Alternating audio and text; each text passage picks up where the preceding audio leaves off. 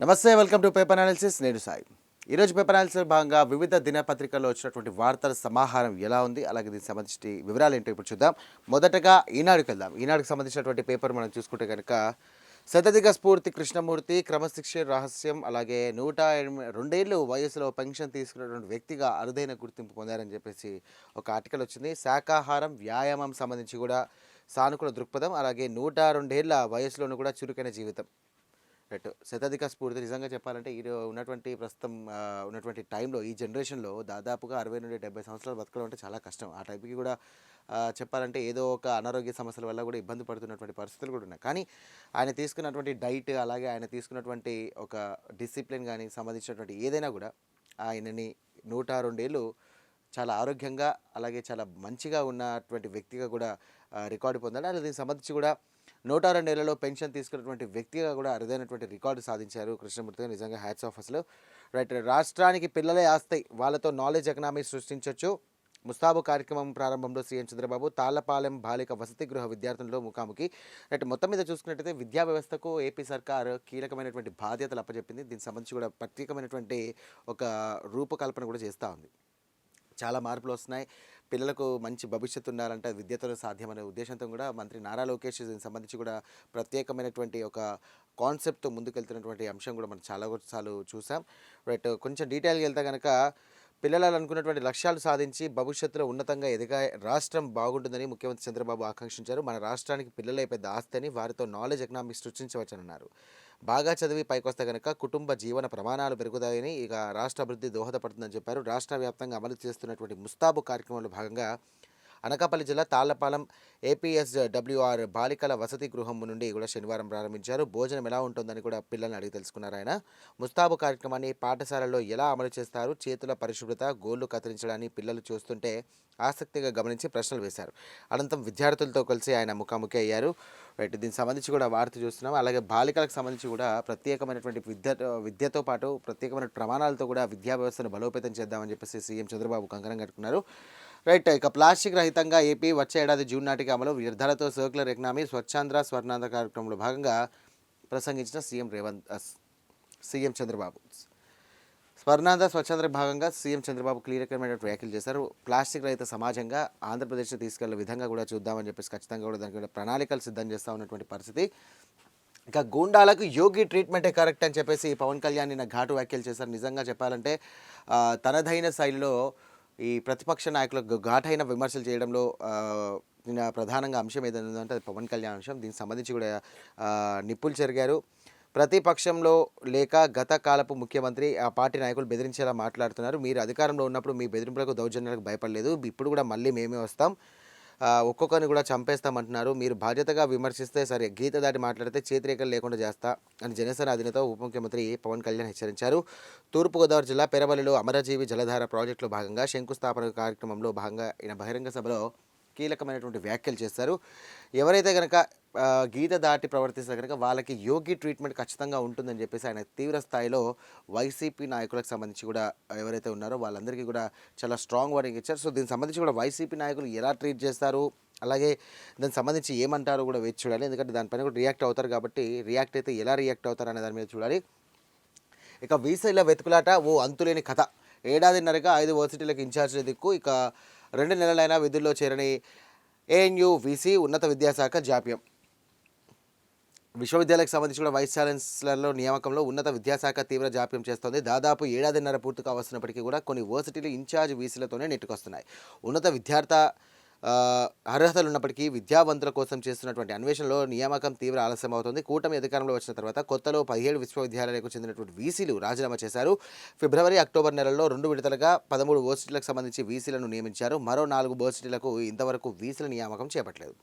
ఆంధ్రకేసరి యూనివర్సిటీకి search committee ఏర్పాటు కొలిక్కి రాలేదు. ఇక శ్రీకృష్ణ దేవరాయ, ద్రవిడ, ఉర్దూ విశ్వవిద్యాలయాలకు సెర్చ్ కమిటీలో 3 పేర్లను ఎంపిక ఇచ్చినప్పటికీ కూడా ప్రభుత్వం ఇంతవరకు నిర్ణయం తీసుకోలేదని చెప్పేసి ప్రధానంగా ఒక వార్త వేసింది. ఎందుకంటే వీసీలు ఉంటేనే ఆ యూనివర్సిటీలకు అందం నిజం చెప్పాలంటే. ఎందుకంటే పరిపాలన బాగుండాలన్నా కూడా, విద్యార్థులకు మంచి భవిష్యత్తు ఉండాలన్నా, విద్యార్థులకు సంబంధించిన సమస్యలు కానీ, దానికి సంబంధించి ఎగ్జామ్స్కి కానీ, లేకపోతే యూనివర్సిటీకి సంబంధించినటువంటి ఏ అంశమైనా కూడా అది ముందుకు సాగాలి, ఒక కొలిక్కి రావాలి, అలా ముందుకు వెళ్ళాలి అంటే అది వీసీలతోనే సాధ్యం. చూద్దాం మరి దీనిపైన కూడా కూటమి సర్కార్ ఎలా రియాక్ట్ అవుతుందో దానికి సంబంధించి ఎలాంటి నిర్ణయం తీసుకుంటుంది. ఎందుకంటే జాప్యం జరగడం వల్ల విద్యార్థుల భవిష్యత్తుకు ప్రశ్నార్థకంగా మారే అవకాశాలు ఉన్నాయి.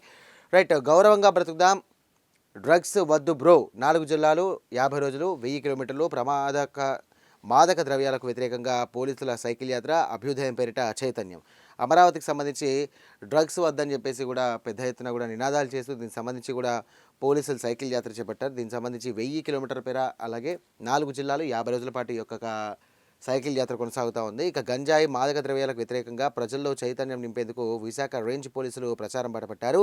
డ్రగ్స్ మిమ్మల్నే కాదు మీ కుటుంబాలను కూడా రోడ్డున పడేస్తాయి, వ్యసనాన్ని వీడండి, జీవితంలో విజేతలవ్వండి, గంజాయి వద్దు, గౌరవవంతంగా బతుకుదాం అంటూ కూడా నినాదిస్తున్నారు.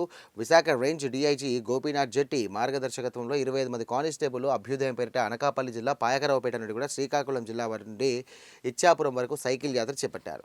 ఊరూరా చైతన్యం తీసుకొస్తున్నారని చెప్పేసి పెట్టారు. అంటే దీనికి సంబంధించి కూడా నిజంగా గంజాయి రహిత ఆంధ్రప్రదేశ్గా తీర్చిదిద్దడానికి ముఖ్యమంత్రి చంద్రబాబు చాలా స్థాయిలో కూడా కృషి చేస్తూ ఉన్నారు. దానికి సంబంధించి కూడా ఎక్కడికక్కడ నిర్మూలన చేసే పరిస్థితులు కూడా కనిపిస్తూ ఉన్నాయి. అయినప్పటికీ కూడా అక్రమ గంజాయి సరఫరా ద్వారా కూడా కొంచెం యువత పక్కదారి పట్టే అవకాశాలు ఉన్నాయని చెప్పేసి ఇట్లాంటి కొన్ని అవేర్నెస్ ప్రోగ్రామ్స్ అయితే పెడతా ఉన్నారు. ఇక దేశవ్యాప్తంగా 5 జెన్-జెడ్ పోస్ట్ ఆఫీసులు కేంద్ర మంత్రి పెమ్మసాని చంద్రశేఖర్ వెల్లడి. ఇక అమరావతి విట్ క్యాంపస్లో ప్రారంభించిన జెన్-జెడ్ పోస్ట్ ఆఫీస్లో టేబుల్ సాకర్ బల్ల ఇది. వీటి పోస్ట్ ఆఫీస్కి వచ్చిన వారు కొద్దిసేపు వేచి ఉండాల్సిన పరిస్థితి అయితే ఆడుకుంటూ ఉల్లాసంగా గడిపేందుకు దీన్ని ఏర్పాటు చేశారు. సో పోస్ట్ ఆఫీల ఆధునీకరణ, అలాగే ప్రభుత్వానికి సంబంధించి ఏదైతే ఉందో ఈ పోస్ట్ ఆఫీసు ప్రజలకు ఇంకాస్త చేరువలో అయ్యే విధంగా కూడా దీనికి సంబంధించి కూడా ప్రత్యేకమైనటువంటి ఏర్పాట్లు చేస్తూ ఉన్నారు. శ్రమలేని సేద్యం జయశంకర్ అగ్రి యూనివర్సిటీలో కృత్రిమ మేధ ఆధారిత ల్యాబ్, డ్రోన్లు, రోబోలు, సెన్సార్లతో పంట సాగు లక్ష్యంగా పరిశోధనలు, రైతులకు అత్యాధునిక సాంకేతికపై శిక్షణ ఏర్పాటు చేస్తూ ఉన్నారు. యువతను వ్యవసాయం వైపు ఆకర్షించేందుకు అడుగులు వేస్తూ ఉన్నారు. రోబో పురుగు మందు పిచికారీ చేస్తుండగా ల్యాబ్ నుండి పరిశీలిస్తున్నటువంటి నిపుణుడు. క్యాబేజీ పంటలో డ్రోన్ పురుగు మందు పిచికారీ చేస్తుండగా కలుపు తీస్తున్నటువంటి రోబో. సో ఏఐ వచ్చినప్పటి నుండి చెప్పాలంటే మానవ ప్రమేయం లేకుండా చాలా జరుగుతున్నాయి. అందులో భాగంగానే ఎన్నో విప్లవాత్మకమైనటువంటి నిర్ణయాలు వస్తున్నాయి, విప్లవాత్మకమైనటువంటి మార్పులు వస్తున్నాయి. ఇందులో భాగంగానే రైతులకు సంబంధించి కూడా ఏదో ఒకటి చేయాలని చెప్పేసి అంతర్జాతీయంగా కూడా జాతీయంగా ఉన్నటువంటి శాస్త్రవేత్తలు కానీ నిపుణులు కూడా చాలా మటుకు ప్రయత్నం చేస్తున్నారు. సో ఇటు డ్రోన్ కానీ, అలాగే సెన్సార్లు, అలాగే రోబోల ద్వారా కూడా పంటకు సంబంధించి కూడా ప్రత్యేకమైనటువంటి చర్యలు తీసుకునే భాగంగా మందు పిచికారి కానివ్వండి, లేకపోతే కలుపు తీతకు సంబంధించి కూడా కానివ్వండి, అట్లాంటి ఏమైనా పనులు ఉంటే కనుక వాటి ద్వారా చేయించుకుంటే కొంచెం ఇబ్బంది లేకుండా ఉంటుంది, రైతులు కొంచెం మేలు జరిగే అవకాశం ఉన్నట్టుగా ఆలోచిస్తూ ఉన్నట్టున్నారు. రైట్, ఇది సంగతిలో మనం క్లిప్ ఆర్ట్ చూస్తే కనుక నాన్న వాళ్ళు ఎవరు లేక వచ్చా మరి మీరో అని పెట్టారు. తండ్రికి 3 కోట్ల బీమా చేయించి పాము కాడుతో చంపిన కుమారులు. మరి ఇంత దారుణంగా ఉన్నారని చెప్పేసి కూడా ఇది సంగతిలో వచ్చినటువంటి అంశం. మరోకి వార్తలు చూసుకుంటే రైలు ఢీకొని 7 ఏనుగులు మృతి, పొగమంచుతో అస్సాంలో ప్రమాదం, పట్టాలు తప్పినటువంటి 5 బోగీలు, ప్రయాణికులంతా కూడా సురక్షితం, బీమా డబ్బుల కోసం పాముతో చంపేశారని చెప్పేసి మరో వార్త వచ్చింది.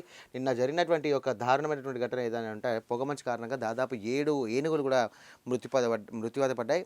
అలాగే కొన్ని ఏనుగులకు కూడా తీవ్ర గాయాలయ్యాయి. దీనిపైన కూడా పట్టాలు కూడా తప్పినటువంటి భోగిలు అని చెప్పేసి కూడా వార్తలు వచ్చాయి. మరి అది ఎంతవరకు వాస్తవం కూడా తెలియదు. దీనికి సంబంధించి కూడా కొంచెం ఈ చలికాలంలో చాలా మటుకు కూడా ఇబ్బందులు ఎదుర్కొంటున్నటువంటి పరిస్థితి. రైలుకు కానీ అటు వాహనదారులు కానీ ఎవరికైనా పొగమంచు ద్వారా చాలా ఇబ్బందులు పడుతున్నాయి. సో రాబోయే రోజుల్లో ఖచ్చితంగా కూడా చలి తీవ్రత పెరిగే అవకాశం ఉందని చెప్పేసి ఇటు వాతావరణ శాఖ వెల్లడించడం జరిగింది. అట్లాగే మొత్తం భారతదేశం మొత్తం కూడా ఈ చలిగాలులు వీచే అవకాశం ప్రభావం ఎక్కువగా ఉంటుందని చెప్పేసి కూడా చెప్తా ఉన్నారు. రైట్, 5 ఏళ్లలోపు పిల్లలకు పోలియో చుక్కలు వేయించండి, నేడు రాష్ట్ర వ్యాప్తంగా పల్స్ పోలియో కార్యక్రమం అని చెప్పేసి కూడా చెప్తా ఉన్నారు. సో రాష్ట్ర వ్యాప్తంగా నేడు పల్స్ పోలియో సంబంధించినటువంటి కార్యక్రమం నిర్వహిస్తున్నారు. సో 5 ఏళ్ళు వరకు ఉన్నటువంటి పిల్లలు ఎవరైనా సరే ఖచ్చితంగా మీ పిల్లలకు ఖచ్చితంగా ఈరోజు పల్స్ పోలియో వేయించండి. వేయిస్తే కనుక సమస్యలు రాకుండా ప్రధానంగా పోలియో రహితంగా ఉంటుందని చెప్పేసి అనుకోవచ్చు. రైట్, మరో అంశం చూసుకున్నట్టయితే మరో పేపర్ అంశంలో భాగంగా సాక్షిలో రైట్ అదో చరిత్ర, వైఎస్ జగన్ పాలనకు గుర్తు చేసుకున్నటువంటి జనం, ఇక విప్లవాత్మక నిర్ణయాలతో మారిన కొత్త మెడికల్ కాలేజీలతో వైద్య విద్య కళ సాకారం, నవరత్న పథకాలతో సొంత కాళ్లపై నిలబడ్డ అక్క చెల్లెమ్మలు, విద్య, వైద్య, వ్యవసాయం సుపరిపాలనకు చిహ్నమంటున్నటువంటి జగన్. ఈరోజు హ్యాపీ బర్త్డే జగన్ అని చెప్పేసి పెట్టారు. అలాగే ఎందుకంటే వైఎస్ జగన్కి సంబంధించినటువంటి పుట్టినరోజు సందర్భంగా ఇందులో భాగంగానే ఇట్లాంటి ఆర్టికల్ ఇస్తారు. సార్ రోడ్డు ఎక్కితే బాధుడే, రాష్ట్ర ప్రజల నెత్తిన రూపాయలు 30,000 కోట్ల భారం, రోడ్డుపైకి వచ్చేవారే కాదు ఇంట్లో కూర్చున్న వారికి కూడా జేబులు కాలేరు. 2 వరుసల రోడ్డు కిలోమీటర్కు 10 కోట్ల ఖర్చు, కాంట్రాక్టర్లు ఖర్చు చేసేది 7,761 కోట్లు. కానీ అంతకు రెట్టింపు చెల్లింపు. హైబ్రిడ్ యూనిటెడ్లో చంద్రబాబు కొత్త దోపిడీ ప్రాజెక్టు. సెస్లు, టోల్స్ రూపంలో మొత్తం ఖర్చు ప్రజల నుండే వసూలు. వ్యయంతో ప్రభుత్వ వాటా 40%. యూనిటీ డెవలపర్స్ది 60%. తొలి 2 దశల్లో 600 కిలోమీటర్ల చొప్పున, మూడో దశల్లో 300 కిలోమీటర్ల చొప్పున రోడ్ల నిర్మాణం చేస్తారని చెప్పి చెప్తా ఉన్నారు.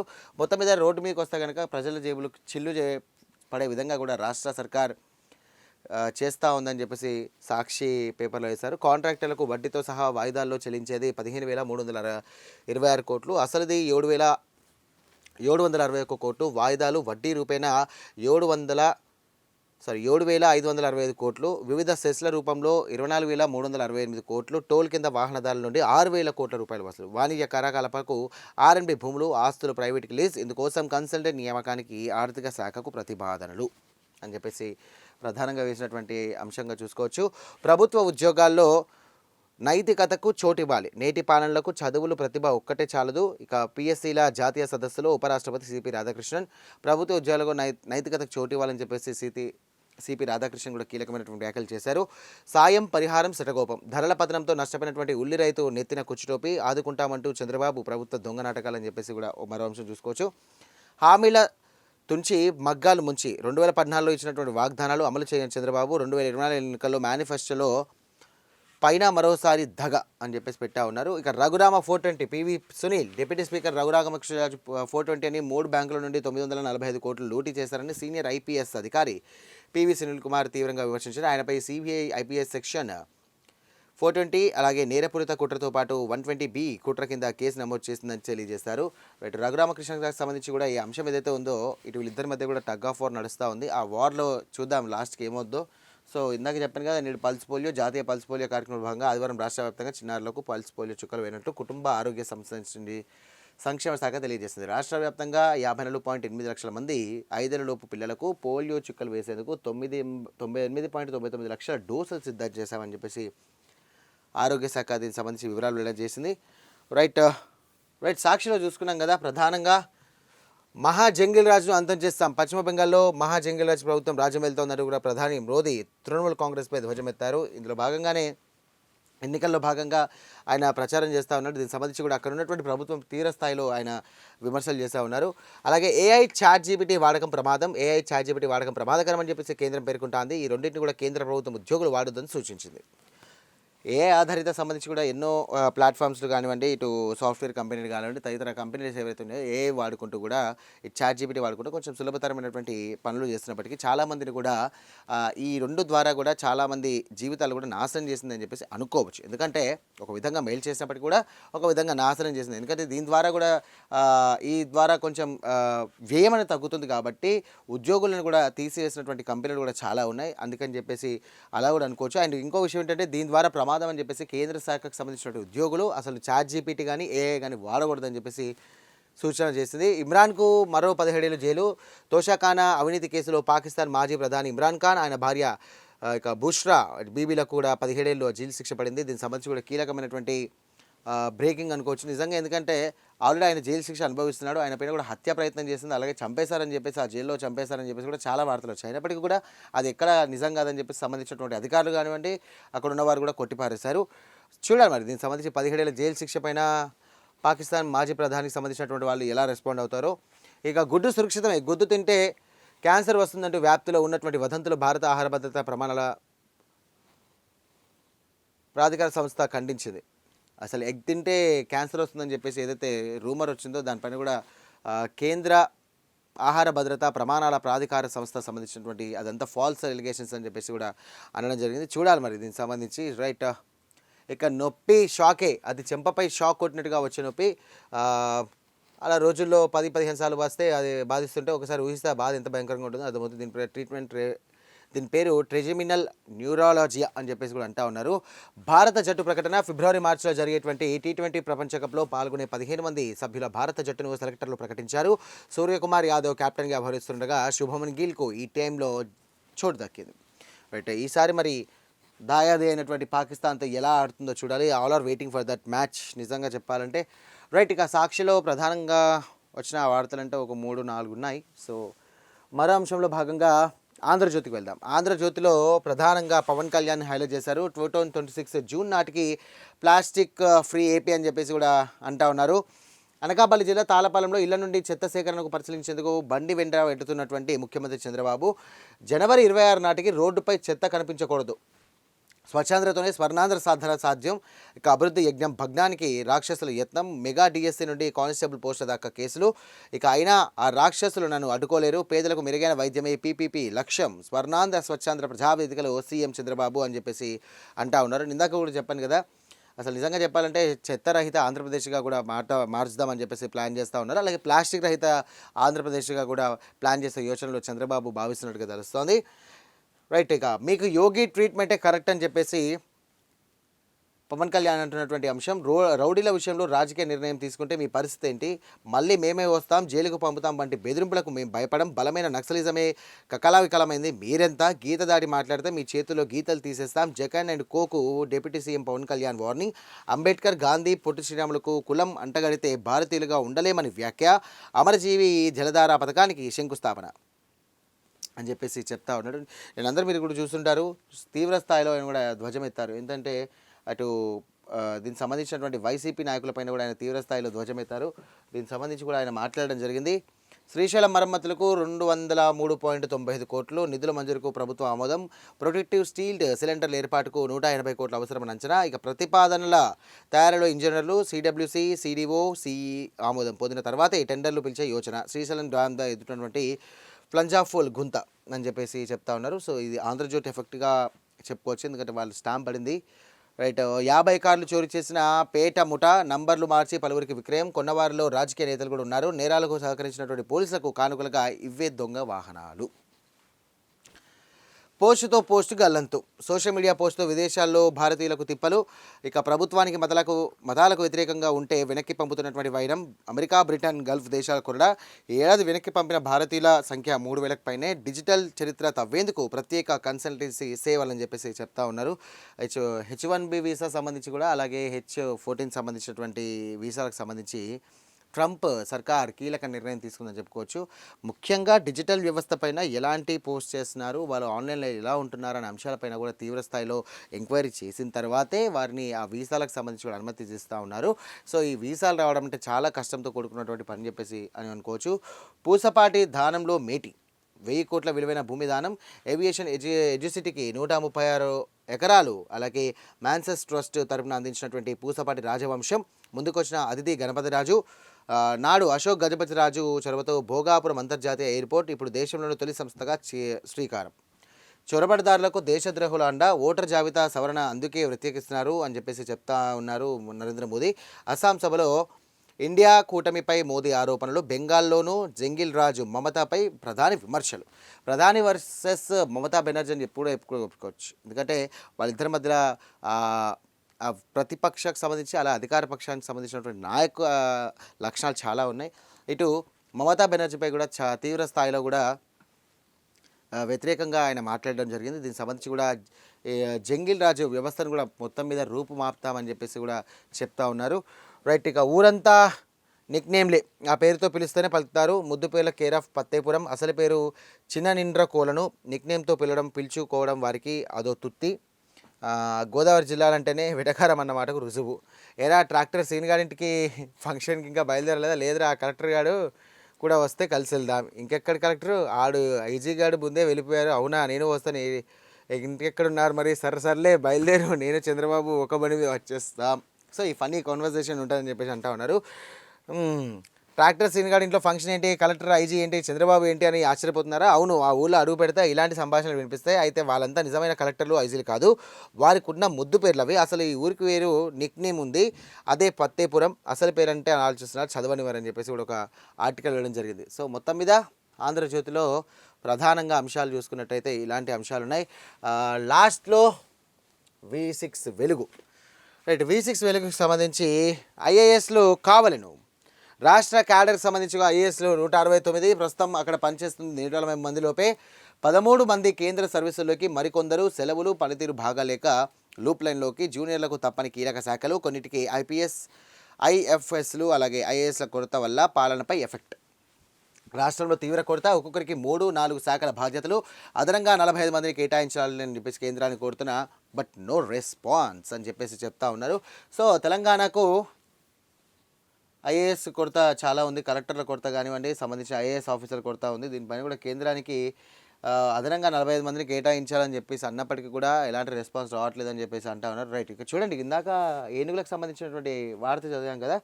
సో ఇలా ఢీ కొట్టిందనమాట. స్పాట్లోని చాలామంది కొంచెం దెబ్బలు తాకాయి ఆ ట్రైన్లో కూడా ఇట్లాంటి ఘటన ద్వారా. కానీ ముఖ్యంగా చెప్పుకోవాల్సిన అంశం ఏంటంటే 8 ఏనుగులు ప్రాణాలు కోల్పోయాయి. ఎంత బలంగా ఢీ కొంటే మాత్రం ఆ 8 ఏనుగులు చనిపోయి ఉండాలి. అలాగే 5 బోగీలు పట్టాలు తప్పాయి. ఆ ఎఫెక్ట్తో కూడా 5 బోగీలు కూడా పట్టాలు తప్పాయి.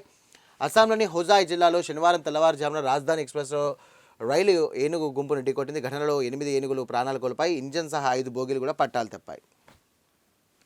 3 కోట్ల బీమా చేయించి తండ్రిని చంపిన కొడుకులు. తండ్రి పేరుపై 3 కోట్లకు ఇన్సూరెన్స్ చేయించి పాముతో కాటు వేయించి చంపారు 2 కొడుకులు. ఆ తర్వాత బీమా డబ్బులు క్లెయిమ్ చేసుకున్నారు. అనుమానంతో పోలీసులు దర్యాప్తు చేయడంతో విషయం బయటపడింది. తమిళనాడు పుత్తూరుపేటలో ఈ దారుణం వెలుగు చూసింది. దారుణం నిజంగా చెప్పాలంటే. సమాజం ఎటుపోతుందో కూడా అర్థం కాదు. ఇన్సూరెన్స్ డబ్బుల కోసం కన్న తండ్రిని పాముతో కనిపించి చంపారంట.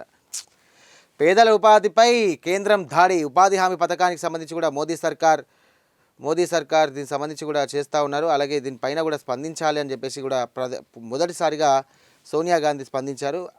ఉపాధి హామీ పథకాన్ని మోదీ సర్కార్ నీరుగారుస్తుంది అని చెప్పేసి అంటా ఉన్నారు. ఈ స్కీమ్ను కూడా బలహీనపరిచేందుకు 10 ఏళ్లుగా ప్రయత్నిస్తుంది. ఇప్పుడు మహాత్ముడి పేరు తొలగించడమే కాకుండా పథక స్వరూపాన్నే మార్చేసింది. దీనికి వ్యతిరేకంగా కాంగ్రెస్ పోరాటం చేస్తుంది వారిని. సో ఇలా మొత్తం మీద రాష్ట్రం మీద కూడా, భారతదేశం మొత్తం మీద కూడా బీజేపీ తీసుకున్నటువంటి నిర్ణయం మీద, ఏదైతే ఉపాధి హామీ పథకం సంబంధించి కూడా ఆ నిర్ణయం ఏదైతే తీసుకుందో దాన్ని ఎత్తివేసి కొత్తగా ఇంకొక పథకాన్ని తీసుకొస్తా ఉన్నారు. ఆ పథకానికి సంబంధించి కూడా వ్యతిరేకంగా ప్రతిపక్ష ఎంపీలు, ప్రతిపక్ష పార్టీలు కూడా ప్రధానంగా ఈరోజు నిరసన కార్యక్రమాన్ని కూడా పెట్టుకోవడం జరిగింది. జాతీయ ఉపాధి హామీ పథకం కింద ఇక గాంధీ పేరుని కేంద్రం తొలగించడం నిరసిస్తూ ఏఐసిసి పిలుపు మేరకు దీనికి సంబంధించి నిరసన వ్యక్తం చేస్తూ ఉన్నారు. రైట్, ఏఐసిసి పిలుపు మేరకు శనివారం సికింద్రాబాద్లోని గాంధీ విగ్రహం వద్ద కాంగ్రెస్ పార్టీ ధర్నా నిర్వహించింది. ఈ కార్యక్రమంలో పిసిసి చీఫ్ మహేష్ కుమార్ గౌడ్, మంత్రులు తదితరులు పాల్గొన్నారని చెప్పేసి వార్త. ఎముకలు కొరికే చలి. రాష్ట్రంలో భారీగా పడిపోతున్న రాత్రి ఉష్ణోగ్రతలు. 29 జిల్లాల్లో సింగిల్ డిజిట్, 4 జిల్లాలో 10 డిగ్రీలే. ఈ సీజన్లో అత్యల్పంగా సంగారెడ్డిలో కోహీర్లో 4.5 డిగ్రీలు, ఆసిఫాబాద్ జిల్లా సిరిపూర్లో 4.8 డిగ్రీలు నమోదు. హైదరాబాద్లోని ముదిరిన చలి. మరో 3 రోజుల పాటు అలర్ట్. నిజంగా చలి దారుణంగా ఉంది అసలు. నిజంగా చెప్పాలంటే ఉదయం పూట అసలు, రాత్రి కొంచెం పర్లేదు కానీ ఉదయం అయితే 10 అయినా సరే బయటకు రాలేని పరిస్థితి ఉన్నటువంటి సందర్భాలు ఉన్నాయి. రైట్, మీ పోస్టులు సోషల్ మీడియాలో మీ పోస్టుకు సంబంధించి కూడా స్కాన్. ఉద్యోగానికైనా పెళ్లికైనా ఫారెన్ వెళ్ళాలకున్నా కీలకంగా సోషల్ మీడియా బిహేవియర్. ఒక్క చెడ్డ పోస్టుతో భవిష్యత్తు తలకిందయ్యే ప్రమాదం. ఉద్యోగాలు రాకపోవచ్చు, ఇక ఉన్న ఉద్యోగాలు ఊడతాయి. పీటల దాకా వచ్చినటువంటి పెళ్లిలు ఆగిపోతున్నాయి. విదేశాల వీసాలు రిజెక్ట్ చేస్తున్నాయి. సోషల్ మీడియాలో స్క్రీనింగ్ చేసినటువంటి కంపెనీలు వివిధ దేశాలు చెడు కంటెంట్ పెట్టకుండా బాధ్యతగా ఉండాలన్న టెక్ నిపుణులు. ఈ మధ్యకాలంలో ఏది ఉన్నా కూడా అది వాస్తవమో కాదో తెలియదు కానీ షేర్ చేయడం, లేదంటే పోస్ట్ చేయడం. దీనికి సంబంధించి కూడా కొంచెం ఒక పోస్ట్ వైరల్ అయిపోయింది అని అంటే కదా, దానికి సంబంధించిన పోస్ట్ ఇంకొకటి పెట్టేసి మిలియన్ వ్యూస్ రావాలని చెప్పేసి ఏది పడితే అది అడ్డగోలుగా పెడితే కనుక ఉద్యోగాలకు, పెళ్ళిళ్ళకు కూడా ఎఫెక్ట్ పడుతుంది. అంటే అట్లాంటి పరిస్థితులు ఉన్నాయి. సో ఖచ్చితంగా కూడా దీనిపైన జాగ్రత్తగా ఉండాలని చెప్పేసి చెప్తా ఉన్నారు. ఎందుకంటే ఇష్టం వచ్చిన పోస్టులు పెడితే కనుక కొంచెం ఇబ్బంది పడే అవకాశం మనదే. ఎందుకంటే ఆ సోషల్ మీడియా అకౌంట్స్కి సంబంధించి కూడా మనమే హెడ్గా ఉంటాం కాబట్టి దీనిపైన కూడా ప్రత్యేకమైనటువంటి నిఘా వ్యవస్థను కూడా ఏర్పాటు చేస్తూ ఉన్నారు. జాబ్స్కి సంబంధించినటువంటి టెకీ డిపార్ట్మెంట్ కూడా ప్రత్యేకంగా ఎలాంటి వాడు, ఎలాంటి స్వరూపం కలగాడు అని చెప్పేసి కూడా చెప్తా ఉన్నారు. Right, last but not least, వేరే మతాలను కించపరిస్తే శిక్షించేలా చట్టం అని చెప్పేసి త్వరలో తీసుకొస్తామని చెప్పేసి తెలంగాణ ముఖ్యమంత్రి సీఎం రేవంత్ రెడ్డి అన్నారు. మైనార్టీల హక్కులకు భంగం కలిగేటగా అండగా ఉంటాం. సంక్షేమ పథకాల్లో దళితులు, గిరిజనులు, మైనార్టీలకు అధిక ప్రాధాన్యత ఇస్తున్నాం. యేసుక్రీస్తు బోధనల స్ఫూర్తితో పాలన సాగిస్తున్నాం. డిసెంబర్ నెల కాంగ్రెస్కు మిరాకిల్ మంత్ అని వెళ్ళాడు. ఇక ఎల్బీ స్టేడియంలో ప్రభుత్వం తరపున క్రిస్మస్ వేడుకలు. క్రిస్మస్ రోజు సందర్భంగా కూడా వేరే మతాలను కించపరిస్తే శిక్షలు తప్పదని చెప్పేసి అంటా ఉన్నారు. సో మొత్తం మీద కూడా క్రిస్మస్ అనేది ఖచ్చితంగా ఒక మంచి పెద్ద పండుగ దీనికి సంబంధించి అని చెప్పేసి ఆయన మాట్లాడినటువంటి అంశం. ఎందుకంటే ఒక్క క్రిస్మస్ పండుగనే దేశం కాదు ప్రపంచం మొత్తం కూడా ఒకటే రోజు చేసుకునే, అంటే ఒకే టైంకి చేసుకునేటువంటి పండుగ ఏదైనా ఉందంటే అది క్రిస్మస్ పండుగ అని చెప్పేసి సీఎం రేవంత్ రెడ్డి అన్నటువంటి అంశం. సో చూసారు కదా, ఇది ఇవాల్టి పేపర్ అనాలిసిస్. ఈనాడు, సాక్షి, ఆంధ్రజ్యోతి, V6లో వచ్చినటువంటి ప్రధాన అంశాలు కూడా చూసుకున్నాం. సో మొత్తం మీద ఇది ఇవాల్టి paper analysis. Keep watching prime 9 news.